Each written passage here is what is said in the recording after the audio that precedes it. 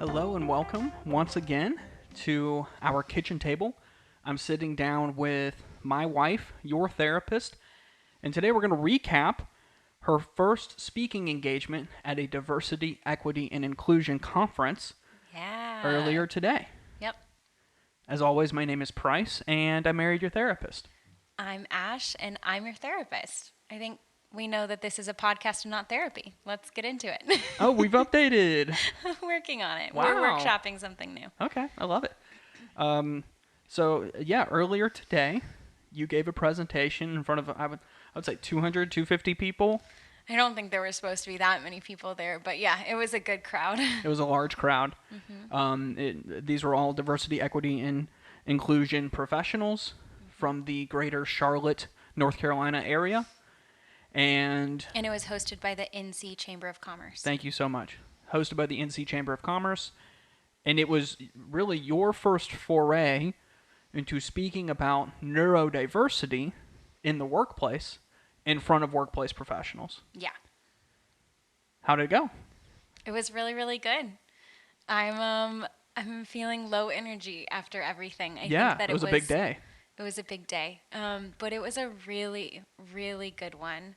I just think as soon as I got there, I walked in the room and I was like, these are my people. Like the people who are doing this work at their organizations are the people that I love. As you were feeling a little nervous, as anybody would, leading up to it, I definitely assured you that I was like, look, if this doesn't go well, we'll just go home and talk shit about it on our podcast. That was helpful. That actually did help you, didn't it? It really did help me. I was like, that's right. I have a platform for this. And yeah, that's good. But all things considered, it went better than either of us expected it would, I think. Yeah, I think that I always have this hope that things are going to go really, really well. Like I'm preparing for the worst, and my anxiety is definitely about I think you said on the way over, as long as you don't shit your pants, this is going to be fine. As long as you don't actually literally shit your pants on stage. And I was like, fuck, now that's a possibility. But as we were headed over, I was nervous, but I think I was hoping that it might go well and that I might get to talk to one or two people or just meet the other speakers there and have a positive experience. Yeah. I was like, at the very least, I'll get to speak with the woman who invited me and I'll get to, listen to these other speakers, and that'll be cool. I like learning about new stuff, and I don't know about DEI at that level. I've got no idea what's going on, so this will be interesting. But it went so well. So if you've been listening to the podcast for really any period of time, you know a few things. You know that Ashlyn is a therapist. Congrats on putting that together. Yeah. You know that she is autistic and that she specializes, and really this podcast specializes in talking about neurodivergent issues. Yeah. Yeah. I feel like our major community is neurodivergent and queer folks. So to see her, because I'm familiar with your platform when we're talking to your clients or people who we kind of consider to be in the same boat as your clients, right? We're speaking to the people, right? Directly to the people. People who are already aware of this sort of space and who either identify with it or are curious about it in some way coming in. But it was very cool to see you pivot your message to talk to business people, to talk to corporate types who are invested in and focused on expanding inclusion opportunities and diversity and equity opportunities within their organization. And historically, DEI, I think we heard today that this movement within the corporate world, although they've been doing research and studies on these topics since the early 90s, specifically calling out the phrase DEI. Right. It's been around for a long time. But a lot of these folks were like, our organization started this effort 7 years ago. I kept hearing 7 years ago. Yeah, and a lot of people a year or 3 years into this process. Yeah. But I think that for a lot of folks in the DEI space, the conversation has been appropriately around race, around gender discrimination, against LGBTQ, homophobia, Yeah. and discrimination against those folks, that's been right and appropriate. I haven't heard or have personally not been exposed to the message that you brought. Yeah. And from the reception that you received today, it seemed like it was kind of a fresh topic for a lot of these folks, is to actually consider the impact of the neurodiverse brains that are in your workforce. Yeah. Yeah. So talk to us about what was your kind of thesis statement? What was the message you had for those folks? Well, I mean, I think that the people that we were talking to today are doing really important work because they're in an uncomfortable place in their organizations. I think still being the person who's constantly coming to the table and saying, like, listen, we've got to do better here. I can imagine that that's not always very welcome. And that there's a lot of needing to kind of negotiate in that space. Let me tangent really quick. Yeah. There was a gentleman there that we met today. I'm going to name drop him. Stephen Johnson. That was his name, right? Stephen Johnson. Stephen Johnson is the head of, I forget his actual title, but he's in charge of diversity, equity, and inclusion at Lowe's. Yeah. That small mom and pop hardware store. Right, yeah, that's what he said. 300,000 employees. Yeah. Stephen Johnson, and this is incidental to what I was thinking about. He's a black man. Well, I know that I've been in Lowe's out here in our rural community where that would be commented on. Yeah. Oh, this black man is senior in our organization. And that's not that's not saying anything about Lowe's in particular. It's more talking about where we happen to live. Talking about where we live. But I was just like, yeah, this has got to be a hard fucking job for these folks. It's got to be a hard fucking job to be advocating that these corporations who are there to earn a profit at the end of the day, to turn a profit to... Right, that every conversation at that level is coming down to a bottom line. Like, is it good for our business? Is it good for making money? Yeah. And so you've got these folks making the business case, but also trying to say, look, I'm tired of making the business case. I just want to do this because it is the right thing to do. And that makes us a stronger business, is by doing the right thing. Yeah. But businesses aren't here to be the beacon of morality. Right. Right? Yeah. They're here to turn a profit. And if you accept capitalism as the system we live in, then you accept implicitly that these businesses are fundamentally, their moral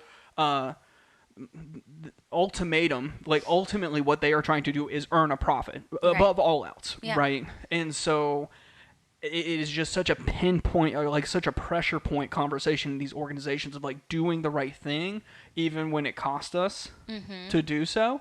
I find it fascinating. I think that the folks who were in that room were fascinating. Some of the things we got to hear was fascinating. Oh, man. Yeah, and the closing speaker was talking about generational issues and how different generations are encountering kind of this space. And that, of course, millennials, us, and Gen Z, who are a lot of the folks that I work with, we're coming in and we're like, something has got to change here. I am not willing to stick with the status quo. But then she was also talking about how people have come before us and have seen so much change, but also a lot of those folks, a lot of the marginalized folks who were in those spaces at the time, they got to where they are, and they've been able to be successful because they had to keep their head down. And that it's a lot to ask even of those folks to say no, we want to step up and be in the spotlight. It's listen, it feels like I've got a lot on the line. I've got a lot to lose. This isn't how I've been able to actually make a space for myself in a place that did not want me here. Very cool. Yeah.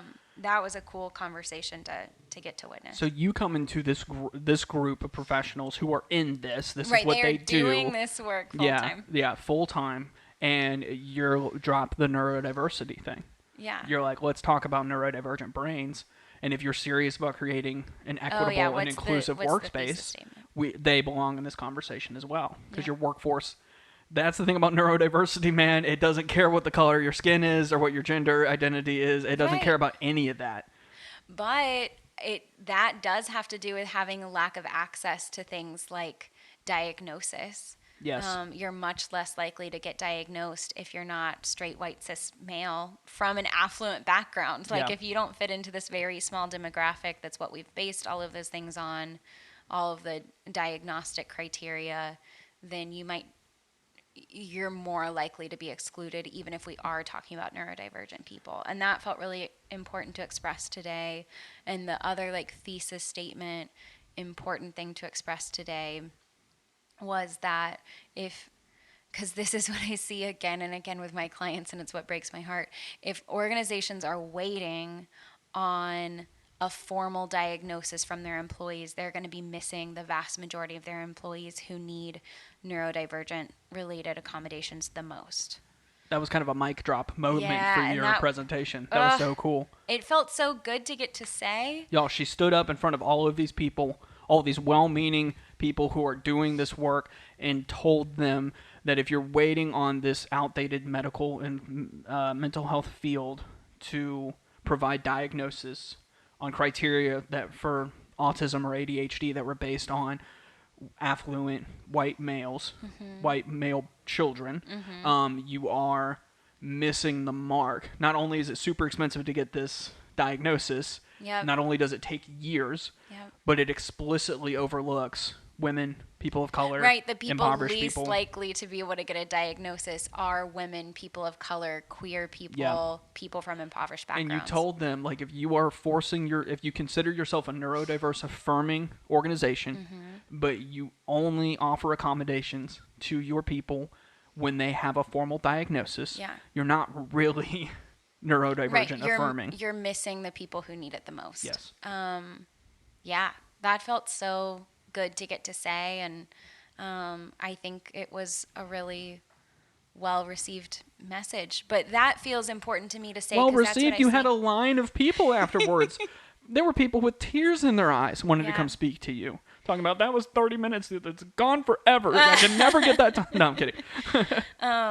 That felt really good, too. Something I had in mind as we were preparing to talk today is that, like, I think that as you're talking about this stuff, what's going to come up for people are their families. I'm already aware that this is a pretty neurodivergent space. If you're in your organization speaking like truth to power, you probably got a brain that works a little bit different. Like, there's just a higher than average chance. That's kind of fucked up. It shouldn't be like that. It shouldn't be like that. But it is. I hear you. But it's also like, it makes me think, like, on a different topic, but it makes me think about how, like, Black trans women have been on the front lines of, like, LGBTQ plus rights. It's like the most marginalized, the least likely to receive access are, like, the ones who are willing to lay their literal lives on the line to do that.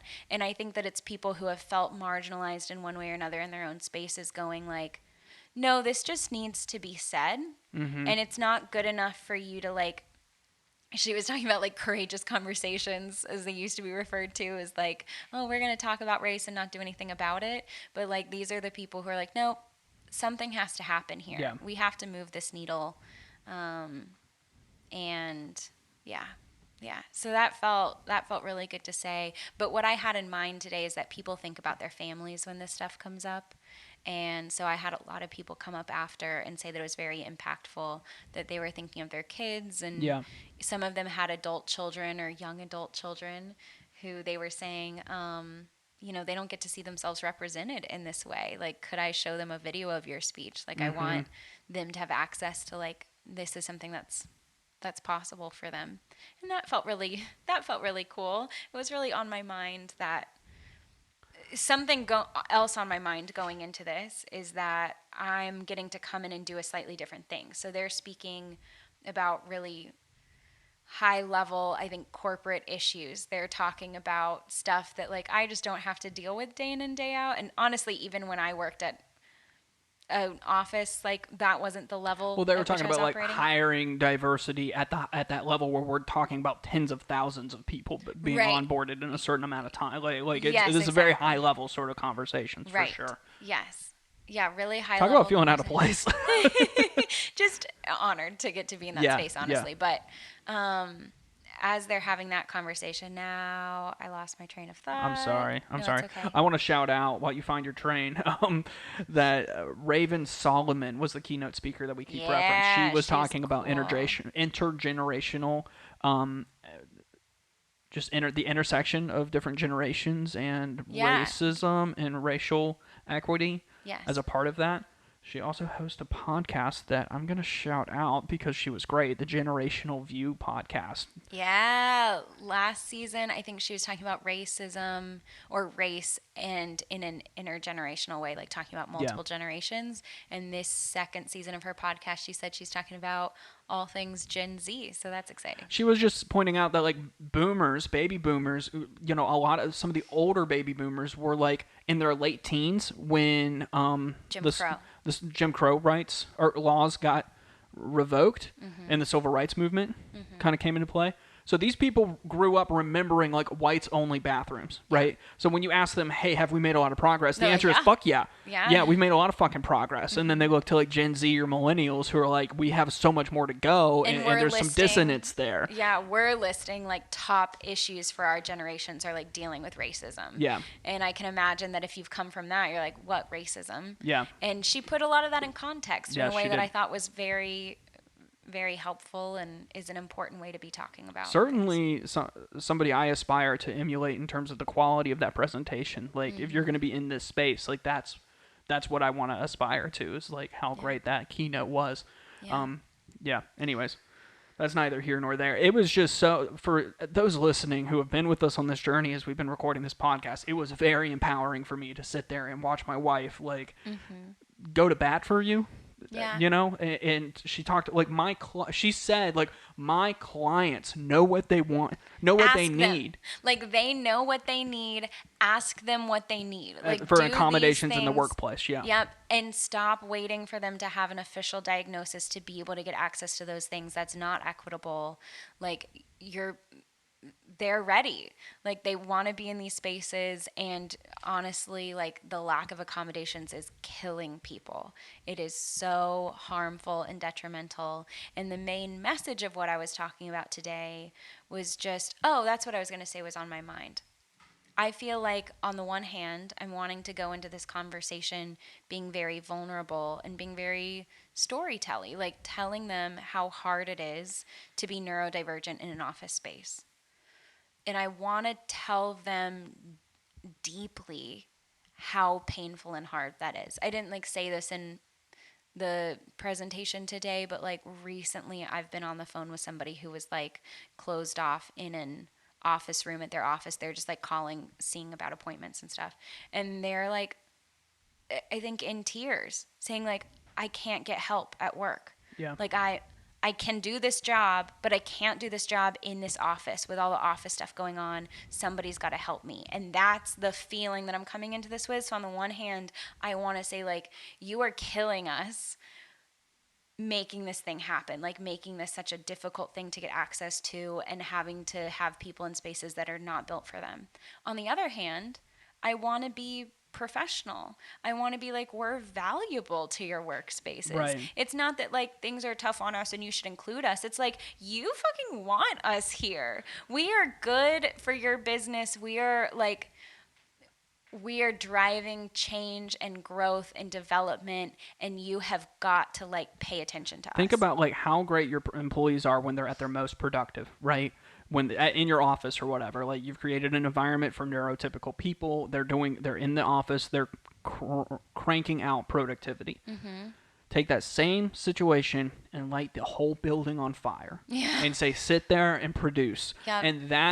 And of course, I'm not going to be able to produce. The building's on fire. I can't I'm worried about my own personal well-being. Yeah. And that's what it's like for somebody with autism or somebody with ADHD to be expected to like produce at the same rate in the same exact environment as the neurotypical person. Or at least that's what was on my mind as you were giving your presentation today. Yeah, no, I think that's a really good analogy. So the point, I think, there was like the thesis statement, but I think the point of what I was saying, what I kept repeating again and again, was just that like there's nothing wrong with our brains. It's all about the environment.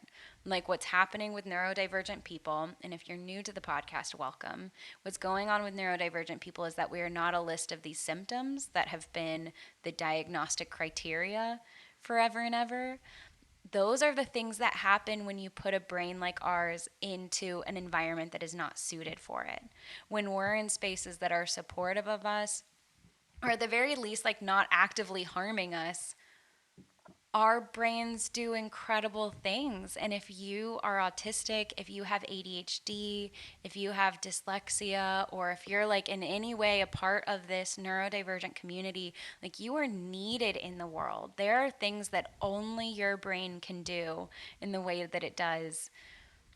And it hasn't been fair to you that you've been expected to perform in environments that weren't built for you. And like I said in the presentation, it's like asking a fish to climb a tree. Like it's Yeah. just not a good measure of what that can do, of what that fish can do. Yeah.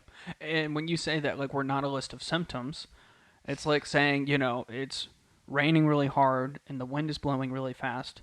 Well, that checks the boxes for this is a hurricane. Mm-hmm. Well, no, that means it's raining and the wind is blowing. It doesn't mean that it's a hurricane. Like, the symptoms aren't the diagnosis.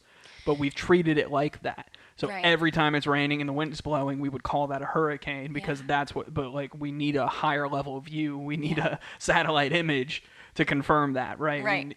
Like, for instance, dyslexia is something that I didn't talk a lot about today. I mentioned it as part of the community, but dyslexia, I think, well known, is just like you can't read well. The words get mixed up on the page, or the letters get mixed up, or I think everybody has a different, impression of what that is, but it's something about not being able to read well and struggling with that. No, it's a neurotype. There's a whole thing going on with your brain, and people with dyslexia tend to be top-down thinkers, which means that they tend to, and now nothing is true for every single person in a group, but they tend to be really, really good at quickly grasping a whole concept, and then they can fill in the details. My brain's the opposite. I cannot Right. grasp a high level concept. I want every little tiny bit of information before I fill in that big picture. And people with dyslexia have a different neurotype. It's not about not being able to read well or having, words getting mixed up on the page. It comes with all these other beautiful strengths. But we've identified you struggle in school because you can't read well.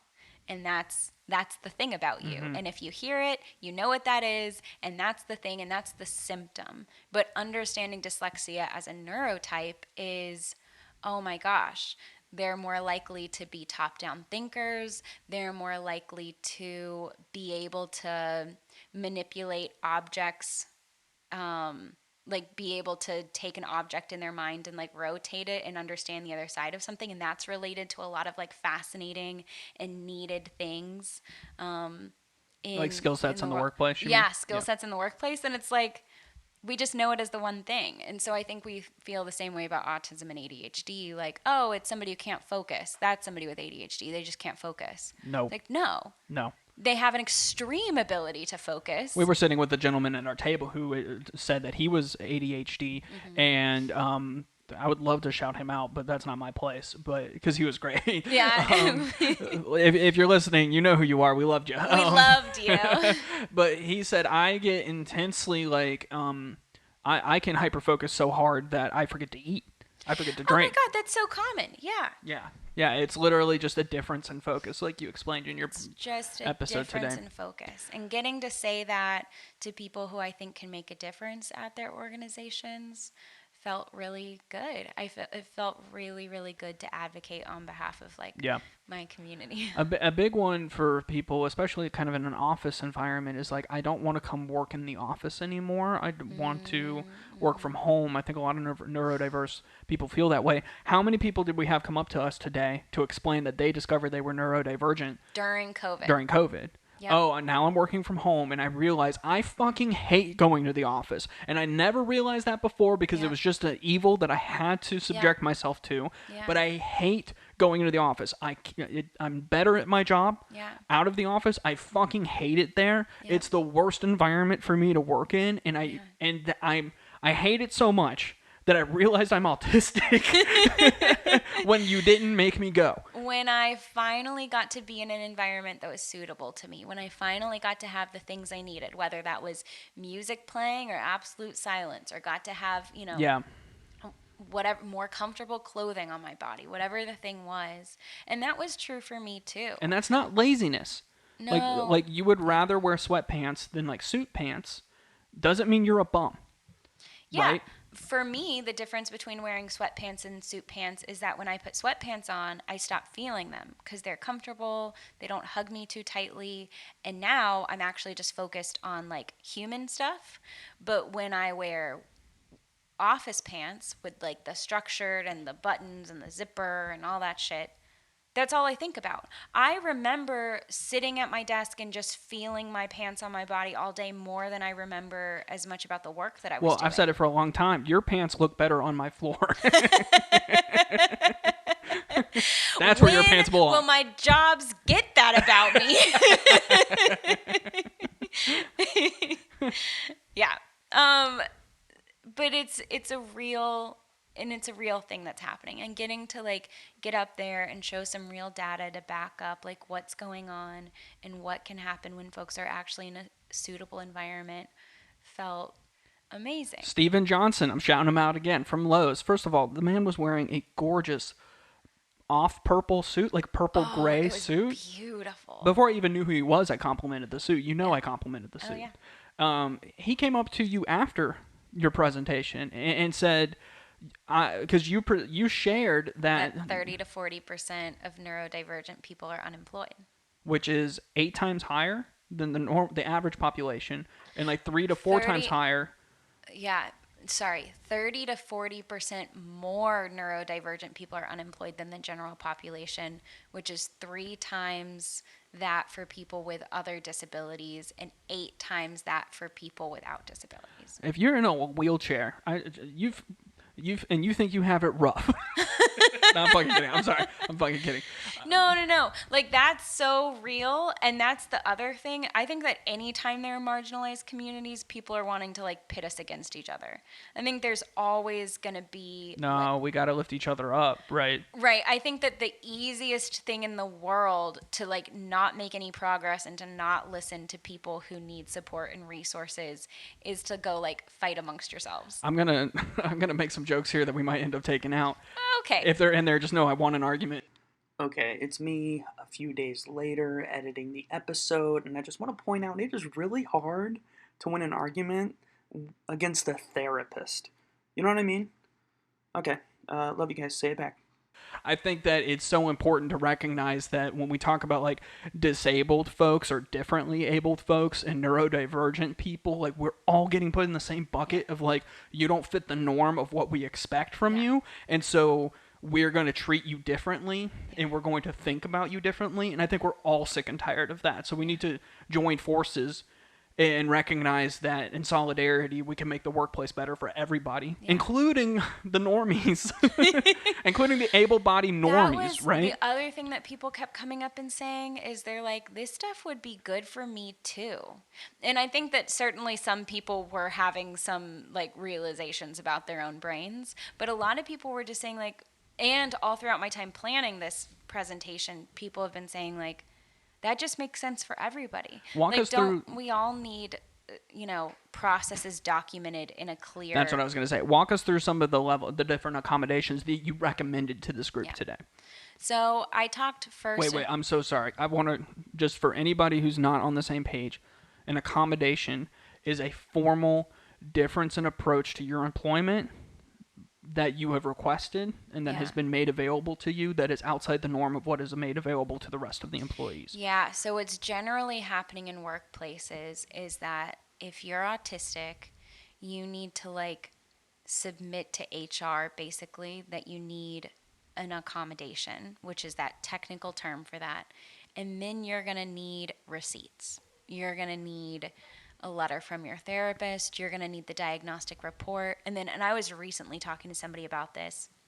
You're going to need to lay out in detail every symptom you experience as an autistic person and why those symptoms prevent you from not Justify the accommodation. Right.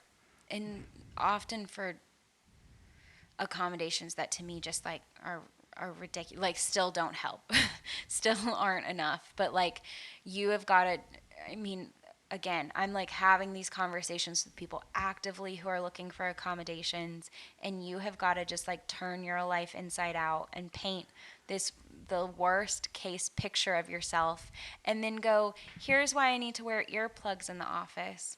Like, what sort of shit is that? That makes me so angry. And as I was first getting ready to come do the You were presentation, feeling some I anger. was feeling angry because I just hear people all day say, like, fuck, I can't work. Like, I Yeah. can't even provide for myself because I'm so burnt out on the jobs I've done. And they're all like, every time I go into a job, I do great. They're like, everybody's like, you're amazing, you're amazing. I'm doing way more work than anybody else. I'm taking on all this stuff.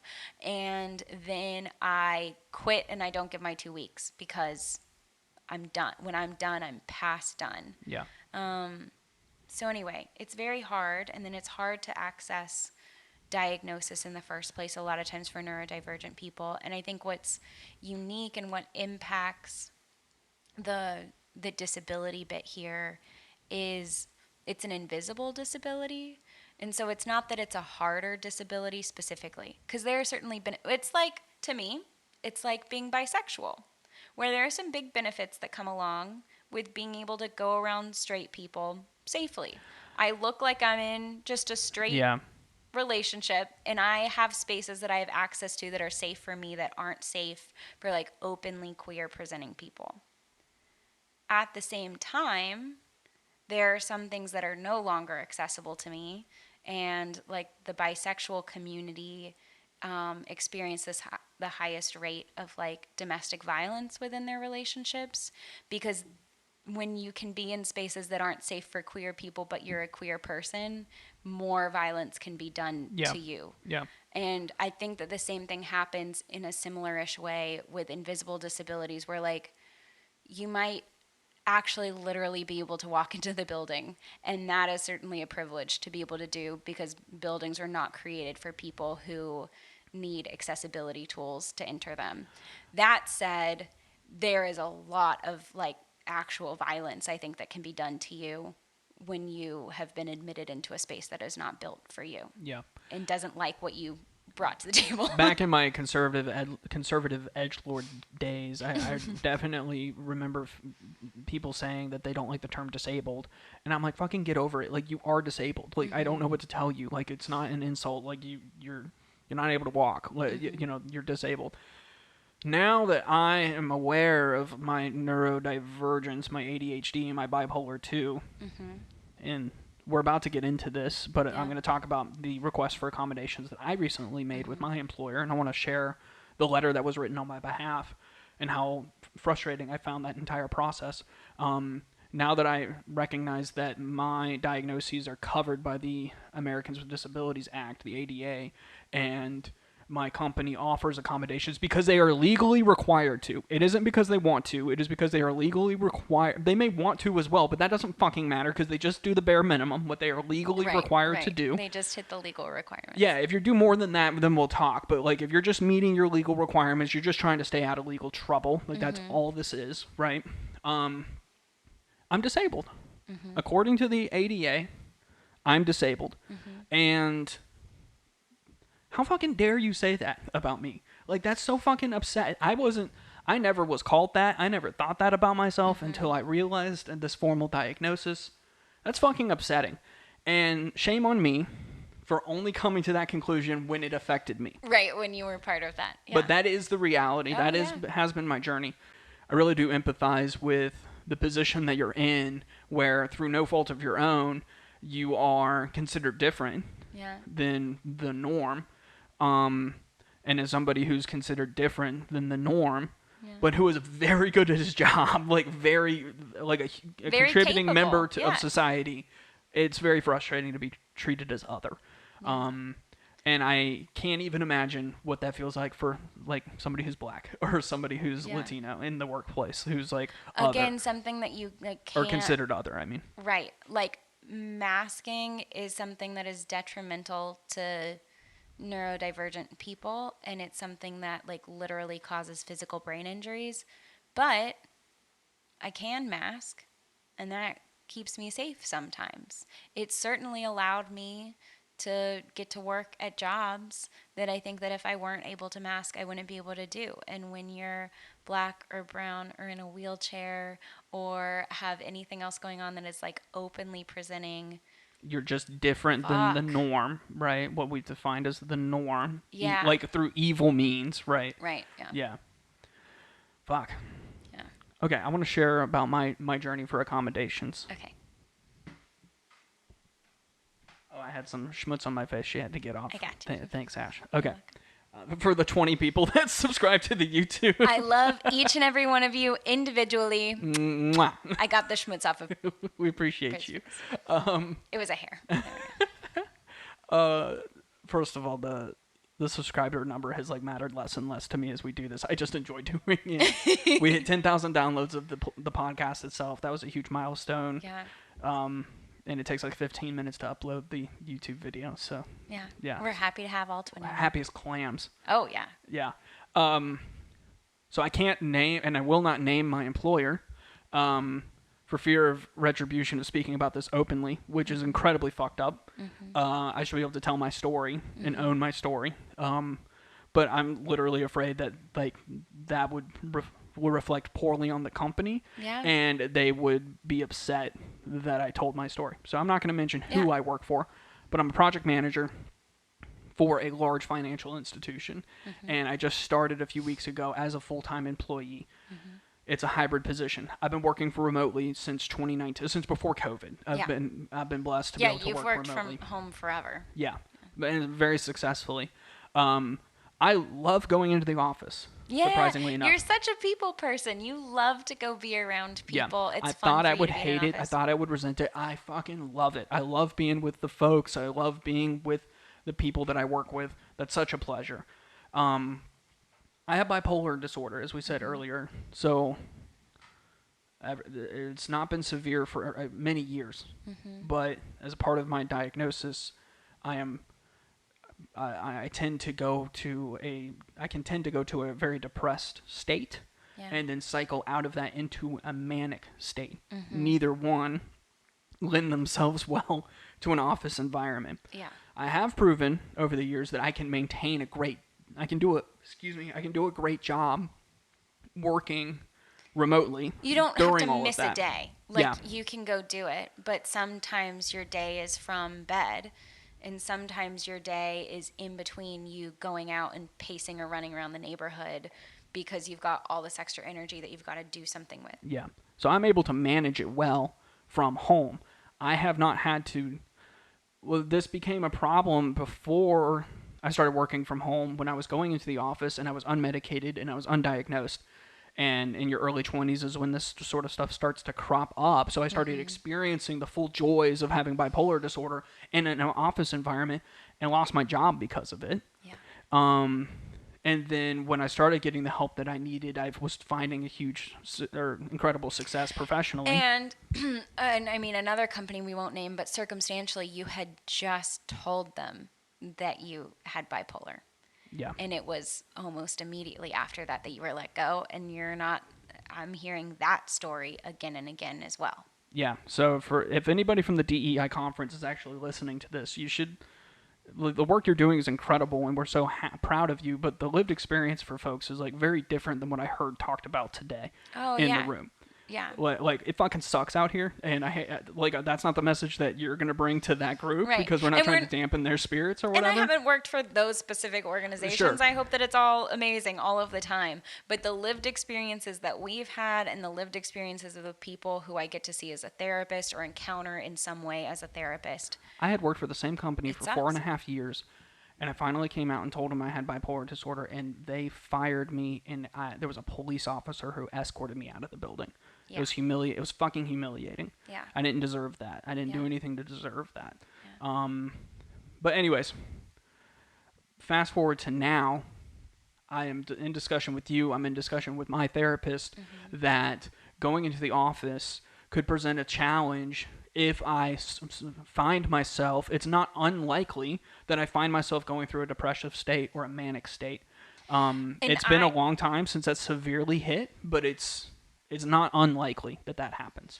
And as your partner, I felt very strongly about like when we have had those moments in the past, it's been the scariest moments of our life. And like I wasn't I'm not willing to lose you over needing to send you into the office that day. Yeah. Like I'm not I'm not willing to watch that worst case scenario play out, but also like I'm not going to send you into the office in a way that extends your suffering, even Yeah. if you come home to me at the end of the No, day. Like, the conference that we went to today was near our old apartment that we used to live in Charlotte when we first moved here, and we drove past it today just to reminisce. And all I could think about was how many times I almost killed myself while we lived in that apartment because of just how much I didn't like being alive. Yeah. And I'm glad that I survived. Yeah. Man, this is fucking dark. Okay, I'll try to bring it back. In tandem with you and my therapist, I agreed that it would be wise to request an accommodation from ahead of time. Ahead of time. Yeah. I have to work a hybrid schedule. I have to go into the office 3 days a week. That is not a problem for me. I like it. But first of all, the office fucking sucks. It's like sterile and gray and drab and just like the worst environment. But I love the people. I like going for my team works there. I love don't that. get it, but I added in like having a more vibrant office space as an accommodation because of how often you and other ADHDers talk about like I can't even focus staring at a gray wall. Like, what the fuck? Yeah, there's nothing going on in here that's interesting. There's not even like corporate bullshit dentist office artwork on the wall. You know? And yeah, give me like a cat hanging from a rope, like hang in there, you know. Give me something, Jesus. But so I made an accommodation request through my work. They have a good process for this, and it fucking sucked. They actually are an organization that has a good process. They have for a this, good process for this, and it fucking sucks. I had to explain what I needed as an accommodation. And the accommodation I was looking for was that at my discretion, I could work from home on days that I needed to come in should I be experiencing a depressive episode or a manic episode. This is a life-saving accommodation for me, potentially. Yes. Based on past years. Yes. This could be a life-saving accommodation for me. So I was just requesting up to 5 days a month that I have to come in, that at my discretion I could stay home. Yeah. I do not intend to use these days. I hope you never use a single one of those days. I hope that never comes up. I don't plan on it. And this wasn't some harebrained attempt to not have to go into the office because I didn't want to. This was an authentic and good faith request. Right. So I have a human resources person get in touch with me through their process. So I submit through the portal. She asked me all these questions about what I was looking for. Double checking that what I said and what I asked for were the same thing, which is fucking weird. And really pushing for all of these the accuracy of this information. Then I asked my therapist of 5 years to write a letter because it wasn't good enough that my word of what I asked for is enough. Yeah. I have to have a medical professional advocate on my behalf. This is the easiest case for me. I'm the easiest. I have a diagnosis. I have access to this stuff. I have to pay for all of this out of pocket, by the way. And it's been very expensive over the years. But I have this, right? And I have a therapist who is in my corner with this. And that you happen to have had for a long time leading up to this, because she needed to have a history with you going into this moment. She couldn't just write it out of the blue. And then she had questions for you as well to assess if this was something that you needed. Even though she knows it's something that you needed, she needed to check off her own checklist of making sure it was a reasonable accommodation. So I had to defend myself twice in this process of why I needed this accommodation. And I want to read to you what she submitted to my company explaining why this accommodation of being able to work from home on occasion was justified. She said, and I want you to know, I like this therapist. Oh, I love this therapist. I have a great relationship with her, but this kind of fucked me up a little bit. You're right, and thank you for writing this letter. It was needed. Yeah. We're glad that she did, but oh my God. The following are common symptoms that Mr. Baker demonstrates during a flare-up. Severe irritability that could result in interpersonal conflict with coworkers and/or management. An inability to concentrate on his work tasks and not getting these tasks completed on time. moderate to severe distractibility, making it difficult to carry on in-person conversations effectively. Unpredictable mood swings that are very high or very low, resulting in not being able to get out of bed or not being able to sleep. There's the results in being either feeling too low mood or too tired physically to come into the office. An inability to follow work instructions by supervisor or coworkers due to racing thoughts and hearing a variety of external noises all at once. Highly energetic, where he cannot sit still long enough to stay focused on his work tasks in a work meeting. A severe depressed mood that makes it very difficult to come into the office and be productive. It sounds like I get fucking violent. Yeah. That sounds like I regularly am like fucking unhinged and get fucking violent in the workplace. And incapable of doing your job, which has never been true. Like you've always gotten your tasks done, you've gotten them done when they needed to be done. Like you've always been able to do the things you need to do, but what needs to be demonstrated in a letter like that is that this is a make or break. You have to have the accommodations you need. And even though that is true, that letter is not about a person that I feel like I even know Or ever knew. or ever Right? knew. Yeah. And that was the point, like, and that was kind of acknowledged. This really has nothing to do with you. This is about going to bat to get you what you need. So we're going to make it sound as bad as possible. Right. We have to paint all of the worst things that have ever happened or have ever been, like, possible from what's been going on. So I get a call back from the HR rep who, again, needs me to confirm all of this information, which is fucking humiliating. Like, yeah, I am severely irritable, and it causes, interpersonal conflict with, like, bullshit, right? Yeah. And then I'm asked to, well, can we provide you your own office space? Fuck no. I don't want my own. Nobody on my team has their own office. Like, that would be ostracizing. Like, that would be worse than having the accommodation at all. Everybody has a hybrid schedule on your team, but not a single person comes in to go work privately in their own space. Yeah. And you being brand new to the team and suddenly getting your own office, right, it just ostracizes you. Yeah. So I said, no, thanks, but no thanks. And then a few other suggestions were offered because she's like, we're really trying to get people back in the office. Like, I want to be in the office. Like, that's not the problem. I want to be able to also live. Mm-hmm. If things get really hard, which they might. They might. That's the name of the game here. And so they offered the days that I could take off, quote unquote, from working in the office. They offered half what we requested. And your therapist, knowing a lot more about the process than us, I think asked for about double what we just because you have to game this fucking system, right? This isn't in good faith. It's not in good faith. This isn't okay. Let's listen to Price's medical professional who's been working with him. Fuck Price himself, right? We're not gonna. I don't give a shit what Price says about what he needs, but we'll listen to the medical professional and we'll meet them halfway. Mm-hmm. So she knows to ask for double. When the letter is so severe, when the symptoms are laid out in such a humiliating sort of way, and still it's like, okay, well, you can get half because you've like been good and followed my the boss process. saw this. Yeah. My boss saw then this. that was the next step of the process, is that your boss gets to see that and your boss gets to thumbs up or thumbs down. Yeah, fortunately my boss is really great and she approved what was eventually offered. She could have denied it. She could have just denied it outright. And then outright. And then if I had decided to escalate that, then we would have had a meeting with my boss and the HR rep where once again I would be in a position of having to defend why I needed these accommodations in the first place, irregardless of the letter from my mental health professional. To the listeners, especially if you're from the DEI conference, do you see how hard this is? Do you see how dehumanizing this is? Do you see how challenging this would be for somebody who doesn't have a clear diagnosis, for somebody who doesn't have the support system, for somebody who's not literally married to a therapist?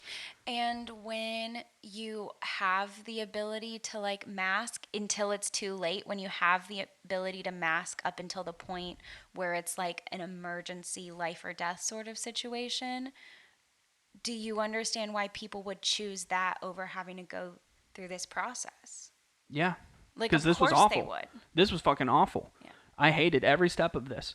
And now Ashlyn's tearing up over this.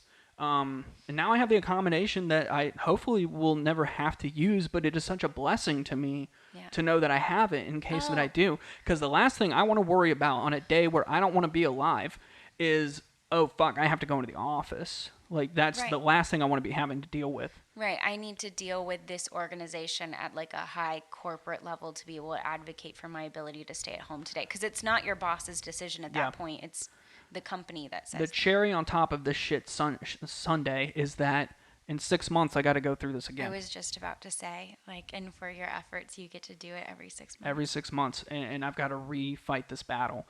And if I don't use those days, they probably won't want to give me as many. Right. This will go away unless I use it. So now I'm obligated to use this accommodation Which isn't that I an don't really. accommodation you want to use. This is like the pharmacy didn't refill your prescription in time emergency situation, or like Yeah. something tragic happened in our lives and that sent you into a depressive episode. Like we're already living in hell. Like this is already the worst case scenario when you're asking for an accommodation. And yeah, it's This a is as very good as it gets. I have a senior this level is a position at this beautiful organization. process. This is as organized as I've ever seen this. This is as affirming as I've ever seen this. I had the therapist in my corner. I had you in my corner. Everything was perfectly laid out, and it And still fucking sucked. You are personally very knowledgeable now about this stuff and about talking about it, both about your own stuff and this at like a higher level. And Yeah. it was the worst. It's the So worst. if you're a DEI professional listening to this, I hope that this speaks to you in some way. I'll call this out specifically. Like, this whole process feels like it's not against me.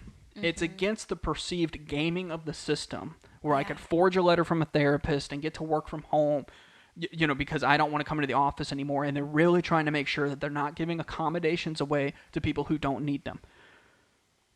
That's a management issue on God. Like, that's 100% your bullshit corporation. Right, like don't hire people you don't fucking trust. Yeah, don't hire people you don't trust. Rely on your actual managers and empower people that's to get true, the too. accommodations that they need. And if it's not something that they need, most accommodations, what's the fucking harm? I totally feel that way. Like we keep talking about, what do you keep saying about output? We don't measure inputs, just measure outputs. Yeah, like if people are getting their work done, and we saw over COVID, that's why so many neurodivergent people discovered they were neurodivergent in the first place, like we were just talking about. We saw over COVID that like people got shit done. Yeah. That, like the world turned upside down, and it was a nightmare time for most people, and people got their shit done. No, it's like the fact that now there's back to the belief that like, well, we can't possibly make that work. When somebody is saying like this is a life-saving measure for me, like is just ridiculous. And I mean, our listeners, the people I work with, we all know it. We see right through it. Yeah. This return to office thing is corporate greed at its most transparent. You have nothing to gain other than the fact that the local governments that you work with have given you great tax relief to make your people come back into the office because your building was sitting empty. God forbid the housing crisis that we have right now in this country. Like, you need to fill your office with good little workers, right, so you can make sure that everybody's being productive. Who could do the same thing at home, but yeah, you want to talk about office culture? Like, this is your culture. This is what you made me go through. This was the culture I experienced, and it's fucking bullshit. Right. Thank God I have a great team and a great manager, because the corporate side of this ain't doing any favors for your image right now. Yeah. I think I'm gonna have to go delete my LinkedIn after this. I've been talking mad off of shit. there. I'm really enjoying this new job. Like, it's really good. Oh my God, this has been amazing. And the accommodations process for me wasn't that draining emotionally. It was just like, what's so angering about it is that it's what everyone has to go through, and I'm the best equipped to deal with this, I feel. Right. How hard is this for other people? How hard is this we for the were folks who are well overwhelmed? equipped walking into that situation, and it's still a really tough one. And I think of so many people that I speak to directly who don't have that sort of support, who don't have that sort of access to something, who maybe don't have an official diagnosis.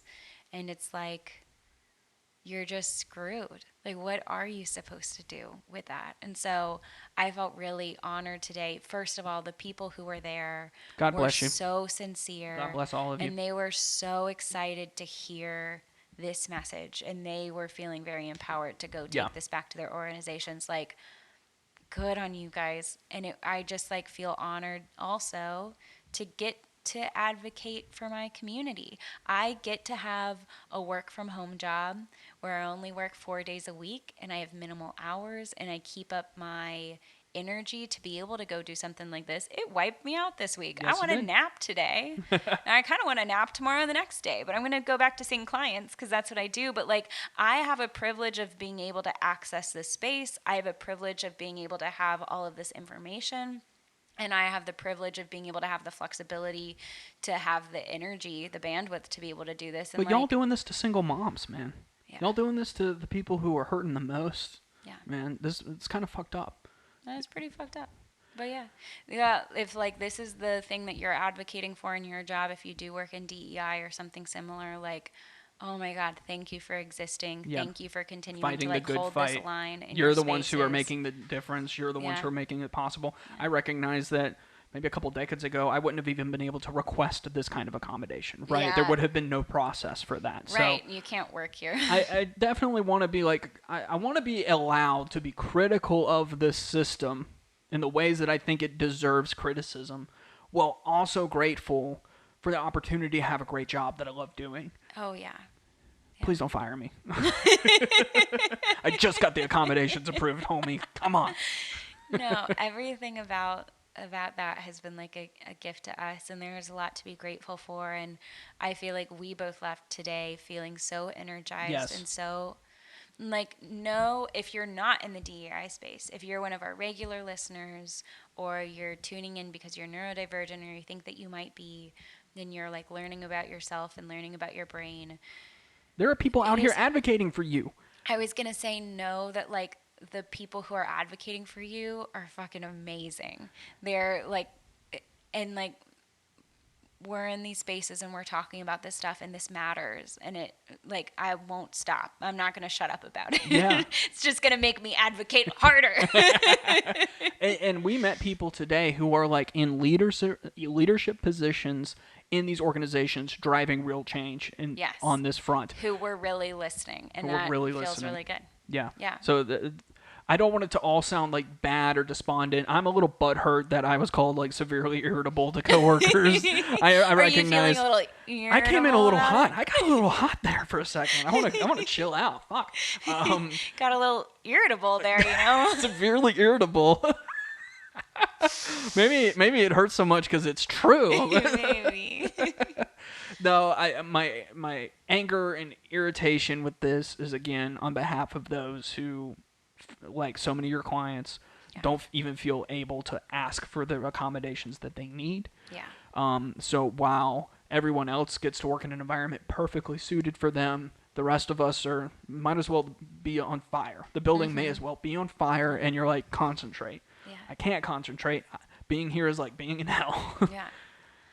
And I, just out of today, I'm continuing to have opportunities to speak in this space, to get the privilege of speaking at like a really high level to these sorts of organizations. Hell yeah, you got invited to So- 2 different conferences today. Yeah. So, if you're neurodivergent and you're feeling maybe hopeless or frustrated by this situation, what accommodations do you need? What can I Yes. advocate for? Like, let us know. Let me be your voice. I got you. I'll say whatever the fuck it is you need. Like, we'll go in there and say it because, like, yeah.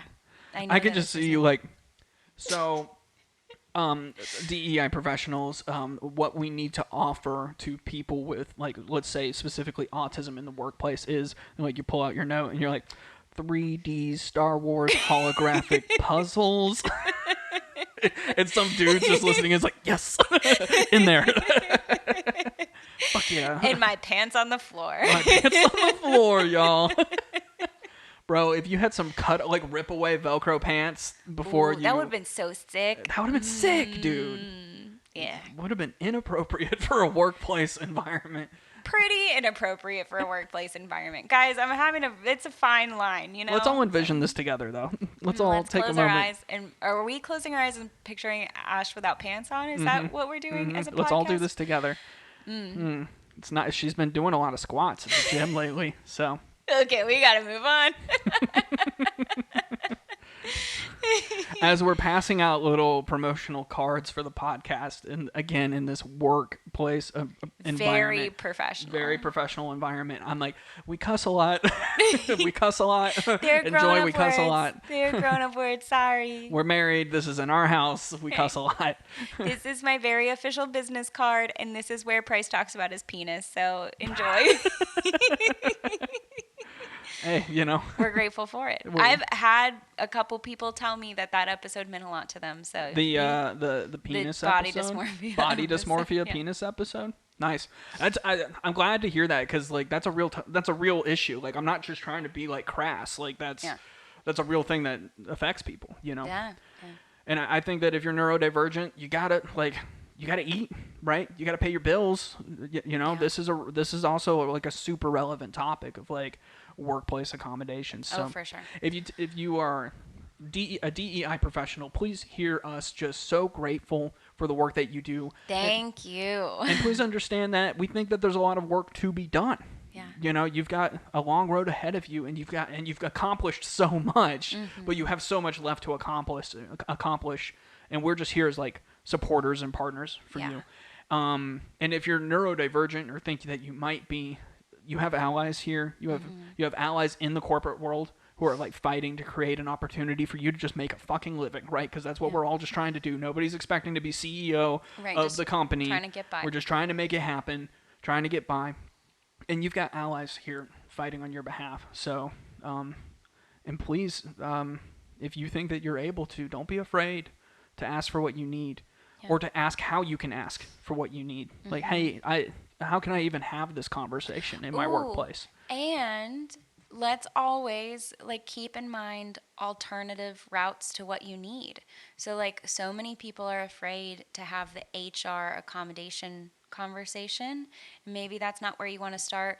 Maybe your business has a DEI person. Yeah. Maybe you want to go talk to that person and see how they can help to advocate on your behalf.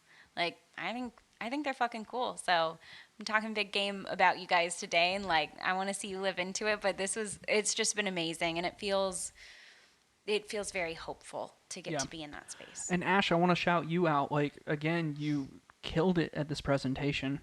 You got invitations to 2 paying speaking gigs as a result immediately. Like, you walked off the podium to that, and you had a line of people wanting to come speak with you immediately after. If you're one of the people who was in line, because I know we handed out cards to them, like, it genuinely meant so much to me to get to talk to you, and it impacts me that it impacted you, and like I'm grateful for all of you as well. I had people who weren't even working in DEI who were just like attending for a different reason, they're helping or whatever, and like that it really means a lot. Like it is hard work for all of us, and like it's something we do together, and it's nice to hear from you.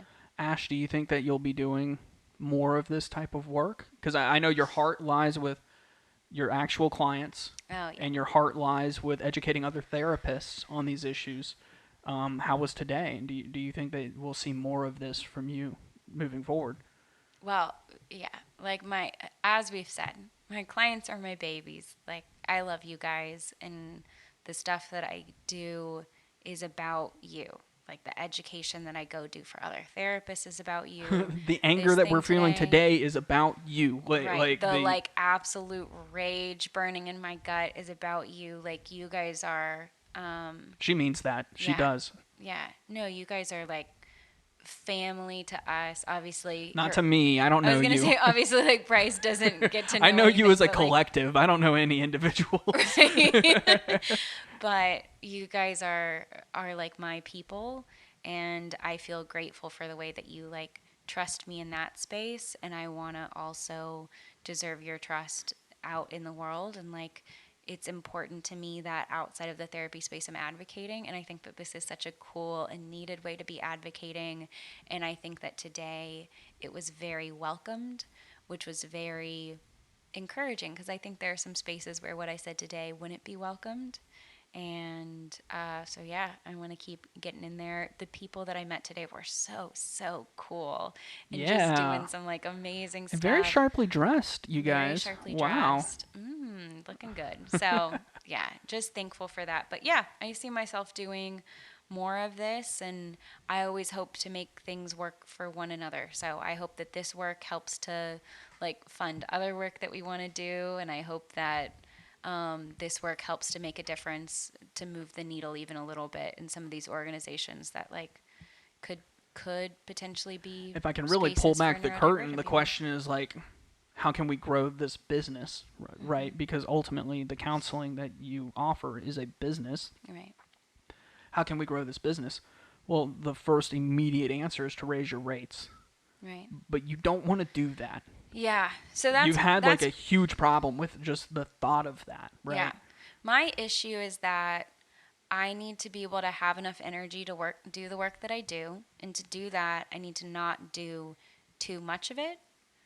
And I'm, working to like hire somebody else and do those sorts of things. But like, I need to not burn myself out because this work is too important to burn myself out doing. Yeah, this is a marathon, not a sprint. So the way to be able to afford to do that work is to charge more, but that's not something that I feel great about, because even though I'm sure there are very wealthy people who could use this, there are an awful lot of people struggling because they can't get fucking jobs who also need this. And those are my people. I want to be there for you guys. So something exciting that we have during this conversation is like, if I get the opportunity to go speak at a higher level, for these and businesses, to be, right, and to be paid to do that, it gives me the opportunity, like, you guys, I'm about giving away some counseling. Yeah. Like that's where my heart is. That's always going to be the thing I care about, and I want to be able to make that as equitable a space as possible.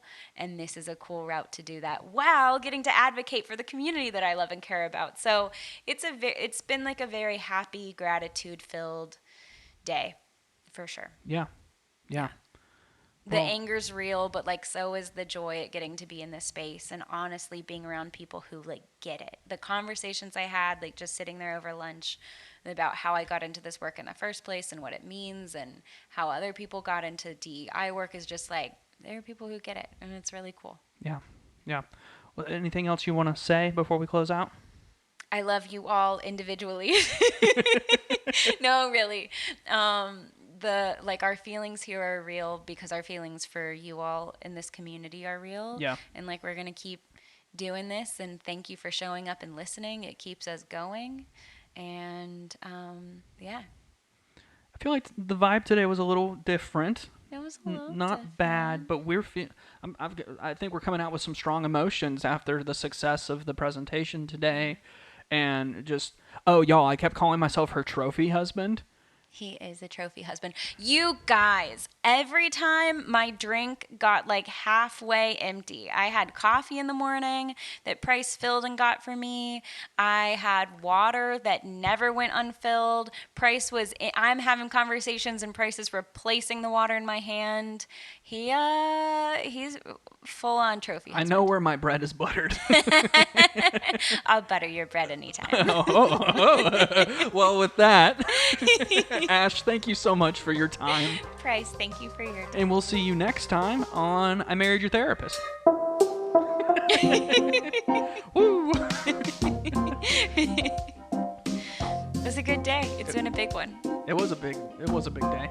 It definitely, we weren't sure how people were going to respond and all of that, but definitely like walking out of that, I see a path to you actually making something of this piece, right?